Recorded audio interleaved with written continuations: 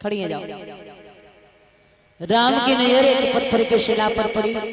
पत्थर की शिला का आकार एक स्त्री जैसा है।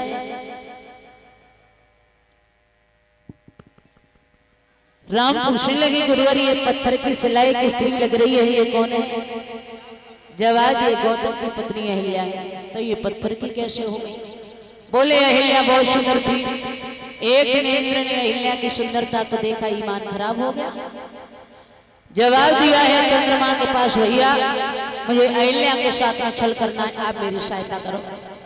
क्या करें? तुम मुर्गा बन जाओ और मुर्गा बन करके 4 बजे गौतम ऋषि गंगा नहाने जाते हैं, तुम 3 बजे आवाज लगा दो।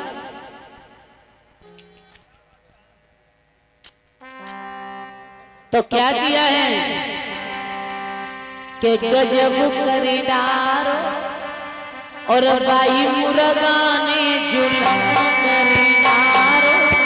बाई मुर्गा ने जुल्म करी डारो। बाई मुर्गा ने गजब करी डारो। बाई मुर्गा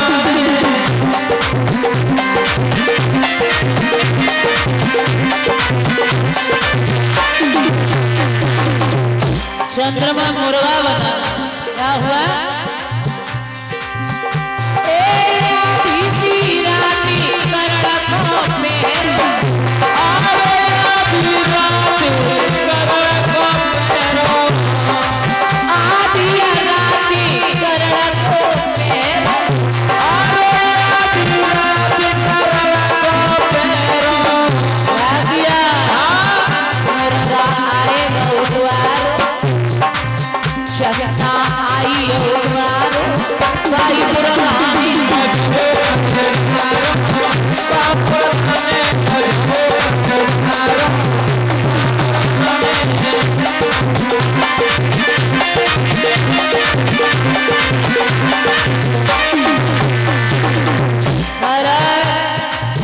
आधी रात्रि का वक्त है। आधी रात्रि पे मुर्गा बोले। आधी रात्रि पे मुर्गा बोले। अहिल्या अखियां अपनी खोले। अहिल्या अखियां अपनी खोले। अहिल्या कहाँ लगी महाराज? का हुई गो घोरा, का हुई गो घोरा। बाई मुर्गा ने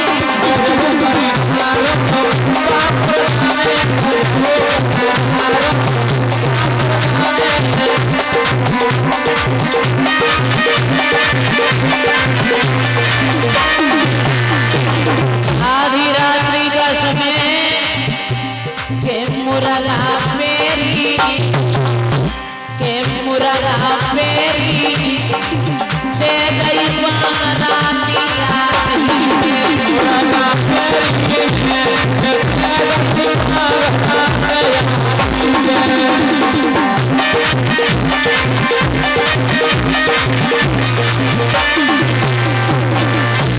आधी रात्रि के समय मुर्गा ने आवाज लगाई। गौतम ऋषि ने समझा सुबह हो गया। गंगा स्नान करने गए। अहिल्या के साथ में इंद्र ने छल किया। गंगा मैया ने बताया तुम्हारे घर पर पत्नी के साथ छल हो रहा है। गौतम ऋषि आए, दरवाजे पर चंद्रमा ही खड़ा मिला, भीगी धोती मारी। उसी दिन से इस चंद्रमा में छापा लग गया और आगे बढ़े। अहिल्या ने झुक करके पैरों को छुआ, कमंडल से जल निकाल करके मार दिया। उसी दिन से श्री राम ये पत्थर की हो गई। पैर लगते ही अहिल्या बहुत सुंदर स्त्री बनकर के गोलोक धाम के लिए चली गई और आगे बढ़े। जाकर के पहुंचे हैं महाराज जनक के दरवाजे पर, जहाँ धनुष रखा हुआ है। बड़े बड़े वीर धनुष को उठा रहे, लिख रहे हैं बाबा तुलसीदास। भूप सहस्त्र दशक एक बारा और लगे उठावन रहे न। बड़े बड़े वीर सभा में बैठे हुए हैं, धनुष हिल नहीं रहा है। अब तो महाराज जनक और जनक की पत्नी सुनैना बड़ी परेशान है। ऊपर नीचे की तरफ देख रही हैं। चितई रही करी ऊपर नाचते रही करियू पर कोने करियू पर दोने नाचते रही करियू पर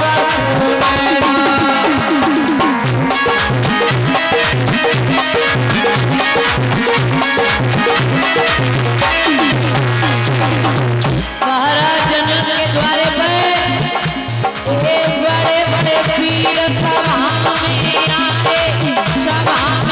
आए और लंबे डरे में छोड़ा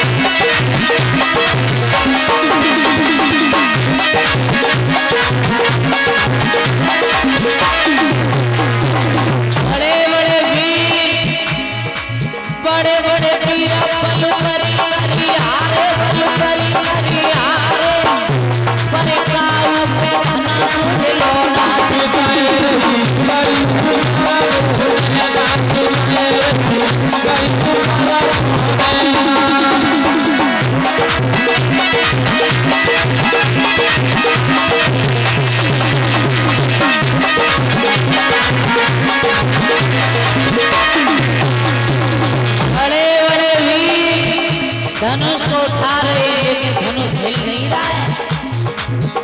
ए राजा जनक जी क्यों युद्धि बोले या धरने पे वीर रहो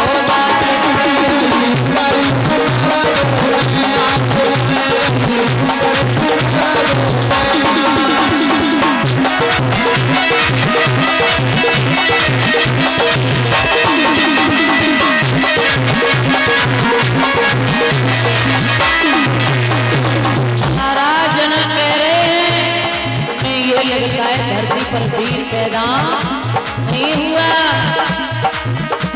मेरी कुआरी लली रही के कुआरी सिया रही मैंने बिरखा पे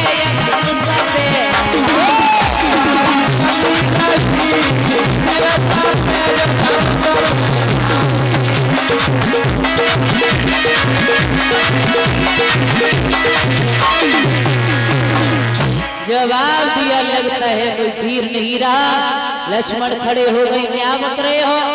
धरती पर कोई वीर नहीं हुआ। अगर मेरे बड़े भैया श्री राम मेरे गुरु विश्वामित्र का आदेश हो जाए तो ये धनुष तो बहुत छोटा है, ब्रह्मांड को गेंद की तरह उछाल करके फेंक। विश्वामित्र ने कहा लला तुम्हारा मरना है, आप बैठो। राम को आदेश दिया, राम उठो धनुष तोड़ो, सीता के साथ विवाह करो। पता ही नहीं लगा कब कितने समय धनुष के दो टुकड़े हो गए। और जब दो टुकड़े हुए तो लिखते हैं बाबा तुलसीदास, रंग भूमि में जब सिय पगुधारी और मोहे देख सकल नर नारी। सीता जयमाला लेकर के आई तो इतनी सुंदर लग रही थी कि नर नारी मोहित हो गए थे। वही बाबा तुलसीदास एक तरफ लिखते हैं कि मोह न नारे नारे के रूपा और पन नगार जी रीति अनूपा। एक स्त्री पराई स्त्री को देख करके खुश नहीं हो सकती, और ये बात सच है। दूसरी चाहे कितनी सुंदर हो, अगर इन्हें पूछिए कि अच्छी लगती बाकी वो तो वैसे तो अच्छी है, न नाक बड़ी है, न आंखें छोटी छोटी हैं, वैसे बड़ा बड़ा। बाबा तुलसीदास लिखते हैं मोह न नारे नारे के रूपा और पन नगार जी रीति अनूपा। बाबा तुलसीदास लिख रहे हैं कि रंग भूमि जब सिय पगुधारी और मोहे देख सकल नर नारी। जब चली है तो भक्तों राम बड़े थे, सीता छोटी थी, पहुंच नहीं पा रही। लक्ष्मण ने आकर के राम के पैरों को छुआ और राम आशीर्वाद देने के लिए झुके। उतने में सीता मैया ने उनके गले में जयमाला को डाल दिया। राम का विवाह सीता के साथ हुआ, लक्ष्मण का उर्मिला के साथ, भरत का मांडवी के साथ, शत्रुघ्न का विवाह श्रुतकीर्ति के साथ हुआ था। और जब विवाह हुआ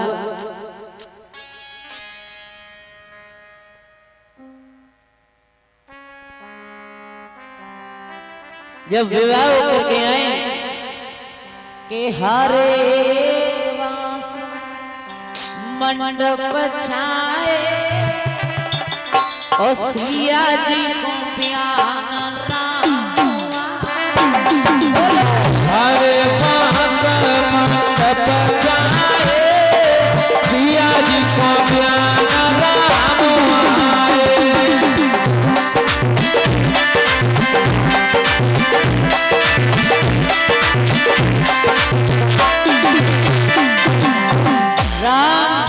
सीता का विवाह हुआ। जब सीता की पड़े भंवरिया, जब सीता की पड़े भंवरिया, जब मैया की पड़े भंवरिया, जब मैया की पड़े भंवरिया, तब ब्रह्मा पंडित बने आए, तब ब्रह्मा पंडित बने आए, सिया जी को